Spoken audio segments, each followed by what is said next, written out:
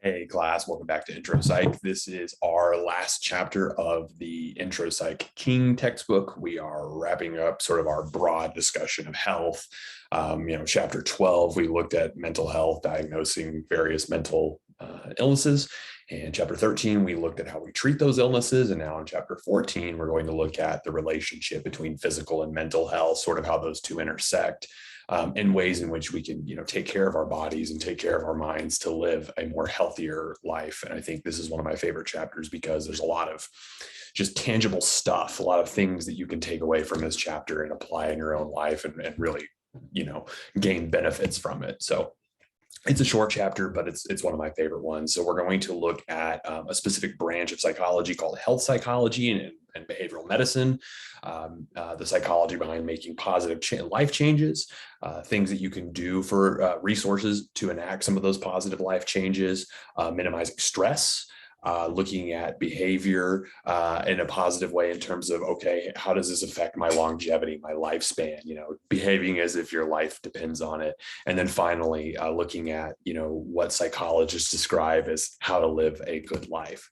There's a lot of different branches and sub branches of psychology, and a fairly new one is called health psychology, which is really attempting to look at, how do we maintain good health? How can we prevent? How can we treat illness? And my gosh, we're still living through a global pandemic. So I can't think of anything more relevant right now than trying to prevent, for example, like developing serious illnesses like COVID-19. So from the psychology perspective, we're looking at how can certain behavioral, social, emotional, motivational, and cognitive factors be used to kind of promote positive health and prevent illness, whether we're talking about mental or physical. And sort of related discipline, you have behavioral medicine, which it's taking a biomedical approach to thinking about life improvement, quality life, health, things like that. But it's also a more holistic approach by looking at behavioral and social knowledge as well that can be used to improve life outcomes. And the ultimate goal is to promote health, to promote wellness. We're talking about mental and physical health, really optimizing health on both sides of the coin and achieving a balance. And this is the things that we learn from these specific branches and disciplines is not only important for the individual, but also for focusing and studying public health in general, and how can we not only improve the quality of life of individuals, but as a population, how can we, for example, raise the standard of living, raise the life expectancy, things like that, and just make life more meaningful. So, and this can be done as, used to guide policymakers in terms of how we structure society going forward. So, and some of that might be, for example, like creating public health messages. Like we know during COVID-19, one of the biggest, kind of things we all had to learn was social distancing, being, sometimes that meant literally not being in the same room with folks. Maybe that meant, we're going to meet via Zoom to talk. Maybe that means, we're not going to have that birthday party or the get together we once had, during the height of the pandemic, especially prior to vaccines coming out. And so some of those messages, you can look at kind of how different states and different organizations talked about and thought about and ways to plan to, kind of promote health messages, especially with COVID-19. So do your part, stay 2 meters apart. I believe this is a bald eagle. Yeah, you can see it down here. That's about the distance you want to be apart from somebody to avoid spreading COVID-19, or indoors at least. Stay wicked fat, Pat. I'm assuming this is from Massachusetts. Please practice physical distancing. So half a canoe, using these kind of, visual aids to help people, kind of see what the message is, not only just hear it, but also see it. So, health psychology really is like many disciplines in psychology, it is a biopsychosocial approach to understanding phenomena related to health. So if we want to understand how to promote health or how to, change behaviors related to health, things like that, we're looking at it very holistically, integrating biological, psychological, and social factors in terms of how do we promote, optimal health. And again, a lot of this chapter, I think, comes down to understanding that relationship between mind and body, like mental and physical health. I know we classify those as two separate things, but they are so interwoven and connected that it almost seems silly to bifurcate them as such, because we do know that the mind affects the body And we also know the mind affects the mind affects, it's this very cyclical, iterative relationship. And so, health psychology and behavioral medicine is really looking at trying to answer questions like how psychological states influence health, like specifically like when you're stressed, how does experiencing stress, tension, anxiety, for example, how does that influence health? How health and illness may influence a person's psychological experience. So again, these questions or these goals they're attempting to address are with the firm understanding that mind and body are heavily influenced by one another. So some different theories for understanding how do we make behavioral changes, because a lot of what we understand in health psychology is, okay, we know the things that are good for optimal health. The next step is, how do we adopt those behaviors? So for example, like if you're a smoker, how do you change to be a non-smoker? If you're somebody who doesn't exercise, how do you change and change your behaviors to be someone who exercises? So we're looking at health behaviors, basically any kind of practice that will impact physical well-being, and conversely, that would also impact mental well-being. So one particular theory is called theory of reasoned action. In order to make effective changes, like in your lifestyle, for example, you have to have a specific intention about the behavior change. It can't just be, oh, I want to be healthier. That's really vague. Maybe being healthier means I want to quit smoking, quit smoking cigarettes, for example, or maybe it means I want to eat healthier. So the more specific you are about the change, the better. Also having a positive attitude about it. If it's something, if you're just kind of dragging your feet and, kicking and screaming the whole way as you're trying to make these changes, it's going to be hard to really implement. So having a positive attitude will go a long way. Having perceptions of a social support group, understanding that you're not doing it alone. So maybe, for example, you're somebody who wants to quit smoking cigarettes. So, maybe you rely on a friend or a group of friends who have done the same thing, and having that kind of social support, again, goes a long way. There's also theory of planned behavior. Effective change, in addition to reasoned action, also requires that we have some degree of perception of control. Like you feel confident, maybe it's your self-efficacy or whatever, but you feel like this is something I can do. I can stop smoking cigarettes. I can eat healthier. I can develop an exercise habit. So it's not only, these other psychological elements in place, but it's perception. So how do individuals make healthy lifestyle changes? Well, health psychologists specifically have looked at different stages by which these changes take place. It's not like you wake up one day and decide to quit smoking and bam, you're done smoking. I mean, there's usually a lot of time in between, things that are happening in between. So the first stage would be pre-contemplation. Maybe as a smoker, you're not quite ready to even think about it yet. You're still pretty active in your smoking habit. But then comes the contemplation stage, where you actually start to think about the problem. Maybe you acknowledge, oh, wow, I'm smoking a lot. Maybe you notice it because, wow, it's harder to walk upstairs. I just had a cigarette and now I'm like huffing and puffing every time I walk up the stairs. Or maybe you notice financially, you're like, man, I'm spending a lot of money on buying cigarettes. I'm buying cartons, whatever, or maybe it's health related. Maybe you go to the doctor and get a checkup and they say, hey, are you a smoker? I mean, what's going on here? So there's some kind of contemplation, something maybe cues that contemplation. Once the problem has been acknowledged, the individual can then enter the preparation determination stage, where they actually can develop a plan, perhaps explore options. Like in the state of Oklahoma, there are programs, for example, that give individual cessation, resources to quit smoking. So maybe you're at that point, you're kind of exploring your options, you're seeing what resources are available, and then you actually commit the plan. This is the action willpower phase, where you've planned your action. Now you are going with the plan. Maybe you are going to enroll in a smoking cessation program that the state of Oklahoma offers. Maybe you're going to find alternatives.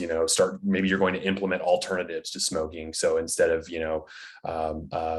smoking cigarettes, maybe you find, I've heard people replace dipping with things like putting mint or something in their mouth instead, just to kind of finding something, a healthy replacement. And then maintenance. Not only do you enact the plan, but you keep it going. So this is getting into the long-term phase of long-term success. Like, not only am I quitting smoking for the next week, I'm quitting smoking for the next month, the next year, the next decade, the rest of my life, hopefully.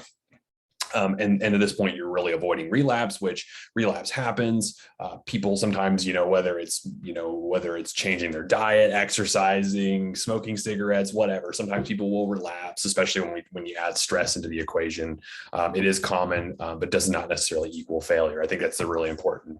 Sometimes you'll take 2 steps forward and 1 step back, and that's okay. So understand that if you do relapse, that it's not the end of the world. It's just time to maybe focus on the model, go back to the model, maybe revise the model under these kind of different stages, and go from there. But definitely doesn't make you a failure. What are some resources in terms of making effective lifestyle changes? One, personal motivation. I mean, self-determination theory we've talked about in previous chapters, kind of having that competence, the autonomy to make choices, the relatedness, meaning you have others to maybe share in your goal setting. And this is also getting into the difference between intrinsic and extrinsic motivation again. I mean, ideally to make changes in your life, ideally you want it to be intrinsic, but for a lot of people, maybe it starts off extrinsic. Maybe you're thinking, oh, I'm going to quit smoking so I can save money. I'm spending way too much money on packs and cartons. And maybe that's how your motivation starts. But over time, you realize, oh, wow, I just feel better when I'm not smoking. And then you might develop this sort of intrinsic, sort of internal motivation. Your implementation intentions, what kind of intentions, thinking about why we do things we shouldn't do, in terms of why do people smoke cigarettes? Why do people drink excess alcohol? Why do people eat poor foods? Things like that. Social relationships is also important. Figuring out, hey, you're not alone in this. Getting actual assistance. Maybe that is somebody, loaning you money, somebody, helping you out in a way, or it could be providing information, could be providing emotional support, could be sharing common experiences. Also being able to give support is beneficial kind of for both sides. So others will also find help in terms of religious faith, maybe spirituality, being involved in religious and spiritual organizations. It is correlating with healthier behaviors, also longevity in terms of life. You being involved in groups like that, you kind of have group accountability. You don't want to let everyone down. If everyone in your church, for example, is, avoiding things like smoking and excess drinking, and you're the only one, that, it kind of feels a little weird. So sometimes, being involved in organizations that promote healthy living is a great way to stay on track in terms of healthy living yourself. So what are some personality characteristics? Also, going back to a previous chapter, we talked about personality theory. There are certain characteristics that are associated with positive health behaviors, being more, scoring higher on conscientiousness, scoring higher in terms of personal control, feeling like you have internal control over your health choices, having high self-efficacy that you can implement those choices, being optimistic as opposed to being pessimistic. And these are also things that can be cultivated. They can be developed. They're like skills, but it's also important that even though we can cultivate these skills, it's also important to be realistic and understanding that not everything that happens is under our control. There are some things that will literally be outside of our control. We just have to kind of roll with the punches with the things we can't control, and really, be mindful of the things that we can. So now we're looking at stress in terms of like impacts of, mental health affecting physical health. I mean, stress is literally a killer. The number like 1 and 2 things that kill people in the developed world, cancer and heart disease, are directly affected by our ability to cope with stress. So again, stress can literally kill you. Chronic stress, that is. Obviously not getting stressed one time isn't going to kill you, but chronically repeated stress over and over and over again. And Hans Celia mapped and diagrammed and diagnosed sort of what's going on to the body when we are experiencing a stressful situation. This is called the general adaptation syndrome.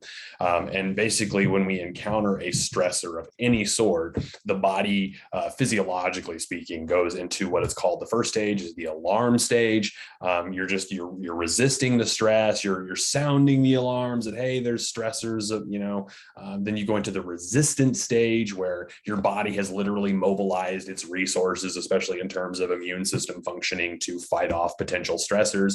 If the stressor goes away, that's great. It's fine. Things stop there. But if the body continues to deal and cope with stress at a certain point in time, the body becomes exhausted, physically, mentally, all of the above. Exhaustion kicks in. And this is when our resources begin to deplete. And the more time we spend in this exhaustion phase, the more harmful it can be to our physical health. So in terms of the impact of stress, I mean, we process stress, at many different levels, but in terms of the brain, we're talking about there's an axis called the hypothalamic pituitary adrenal axis, which controls the reaction to stressful events, basically whether or not we go into fight or flight. It's also involved in releasing hormones such as cortisol into the bloodstream, again, mobilizing those resources. And stress to some degree by itself, like acute stress, every now and then is fine. Like it's really not, it can maybe even be adaptive in terms of our survival. The cortisol, for example, can promote taking action, but when it becomes chronic stress, when you're activating that specific part of the brain, when you're flooding your body with cortisol again and again and again, it can be very detrimental to your physical health and also mental health. And we know this because, stress affects the immune system. We know it by our understanding of psychoneuroimmunology, meaning psychological factors have an impact on our nervous system and our immune system. Basically, when we are stressed, our immune system does not work as well as it does. And this will vary depending on whether it's a chronic stressor or an acute stressor. Again, acute stress is probably not that big of a deal. Like a one-off situation, probably not that big of a deal, and maybe even adaptive to some extent. Like it's good for our, psychological character. But when we talk about chronic stress, this is when our immune system is chronically taxed, and it is not good. Because it's associated with all kinds of negative health outcomes, especially things like the common cold. The more exposure you are to stressors for the longer period of time, your risk of developing a cold, it becomes higher and higher. So we can see it kind of, linearly projected here. More stress for longer periods of time increases your risk. I don't know what the evidence is as far as like COVID goes, but I can only imagine. I mean, if stress opens you up to things like the common cold, it certainly isn't going to help with fighting off an infectious disease like COVID-19. We also see there is a greater risk of cardiovascular disease the more stress we experience, especially chronic emotional stress, experiencing major life changes, whether those are good or bad. Having different personality types. Type A is, pretty go, always kind of doing something very, very energetic, versus type B, kind of laid back. Type D is more, depression based, someone who's more prone to depression. Those reactions by themselves don't necessarily lead to poor health. It's how we behave when we are stressed that becomes the factor. So, how you cope with the stress, because stress is inevitable. We're all going to deal with stress to some extent, but it's how we respond to stress. And we typically see type A, type D are going to respond more poorly in terms of health choices, versus type B, maybe not so much. So cardiovascular disease is also at greater risk. So is cancer. Cancer, especially chronic stress, again, taxes the immune system and damages our body's ability to resist cancer, and also might even promote tumor growth. Again, your immune system fights this stuff off. And if your immune system is taxed and it's not functioning at the same capacity, then it's just not going to be able to do its job correctly. We also see stress is related to prejudice, especially when it comes to stigma associated with certain identities could lead to stress, race, ethnicity, based on, sexual minority status, immigrant status, being a veteran, being overweight or obese. I mean, all of these things might, the stigma associated with those having to, basically it's carrying those labels around with you each day might add to a certain level of stress, especially when there are stigmas attached, stereotypes attached, things like that. In terms of like disparities of health, I mean, a lot of the things we're talking about are preventable in terms of, differences of physical and psychological functioning. but different groups are going to experience, vulnerabilities differently to stress. People who are impoverished, for example, or are going to be probably encountering greater amounts of stress, and then two, lacking of resources to deal with that stress. And we also know that discrimination, whether it's based on race, ethnicity, whether it's based on your sexual identity, gender, things like that, do affect the stress response and immune system functioning. In fact, it's a huge stressor for a lot of people, and could be pushing them into fight or flight, that response to stress more frequently. So how do we cope with stress? One way we can do so is by appraising the situation. Anytime we encounter any kind of situation, we engage in our primary initial appraisal, basically determining, hey, is this a threat? Is this something that's stressful? And then the secondary appraisal is, okay, if it is a stressor, then do I have the resources to deal with it? Am I prepared to deal with it? And when we are stressed, we have a couple of different routes to go. We can engage in what's called emotion-focused coping or problem-focused coping. Emotion-focused is trying to deal with the emotions you're experiencing. Maybe you're stressed and you decide, hey, I want to relax. I want to feel good. So I'm going to go, pick up my favorite meal from a fast food restaurant and go home and watch my favorite show on TV and just kind of get into a better mind state. Versus problem focused, you're just dealing with the problem itself. If you're stressed about your grades, for example, in a class, you might decide, okay, I want to get a better grade. So here are all the steps I'm going to do to improve my grade and remove that stress. And we do see, in terms of dealing with stress, stress tends to be more manageable if we have a positive reappraisal and we're optimistic about the outcomes. Those are good in terms of how we cope with stress, being hardy in terms of, being able to weather the stress. Having that sense of commitment and control that, hey, even though this is not fun right now, it's stressful right now, but I can take steps to get through this. So perceiving the problem, hardiness involves like kind of flipping stressors around. Instead of seeing it as a problem, it's a challenge and not as a threat. And there are also stress management programs. We're seeing these becoming more and more common, whether it's like on an app, whether it's, maybe a program you might enter in with a mental health professional, but, more and more we have a better understanding that, hey, stress is not good and we need to do things about it to minimize it or minimize how we cope with it. So what can you do to have a healthier body, healthier mind? One, be physically active. Exercise, whether we're talking about aerobic, anaerobic, whatever. A lot of the research shows it's great for improving mental health, physical health as well. So you might consider aerobic exercise. This is basically any kind of exercise that it does elevate your heart rate. But let's say if you are, let's say you were out jogging with a friend, you could still maintain a conversation with that person. Maybe your heart rate's up, but it's not so high up that you're huffing and puffing the whole time. You're just kind of maybe jogging, swimming, cycling. It's something to get your heart going. And this is different from anaerobic exercise, which is where your heart rate is so high that it's pretty difficult to talk to somebody else, or at least in a meaningful way. What can you do? Also, eat right. My recommendation, I'm not a dietitian, but if your meal can be primarily based around protein and produce, that's better than, if you find a way to make every meal with protein and produce, that's a really good first step. Cutting out sweets, cutting out processed foods as best as you can, minimizing exposure to sodium, again, as best as you can. Quit smoking. Oh my gosh, you can literally add years back on your life by quitting smoking. Engaging in safe sex also. And then in terms of the good life, ultimately we're thinking about, how can we live the good life? How can we use what we learn here to maximize the most about, our time on this earth? So I think this chapter is really good in terms of providing some real tangible things you can do to live a better life, to live your quote unquote best life, if that's what you want to do. But it ultimately comes down to the decisions you make. The decisions you make now could have a huge impact on the quality of life you have later on. So that's going to do it for chapter 14. Also going to do it for the King text. Thank you so much for sticking with me for this far. Let me know if you have any questions. You can drop them in the comment box, or you can leave them on Canvas if you're watching there. So otherwise, take care, and I'll see you all around. Bye.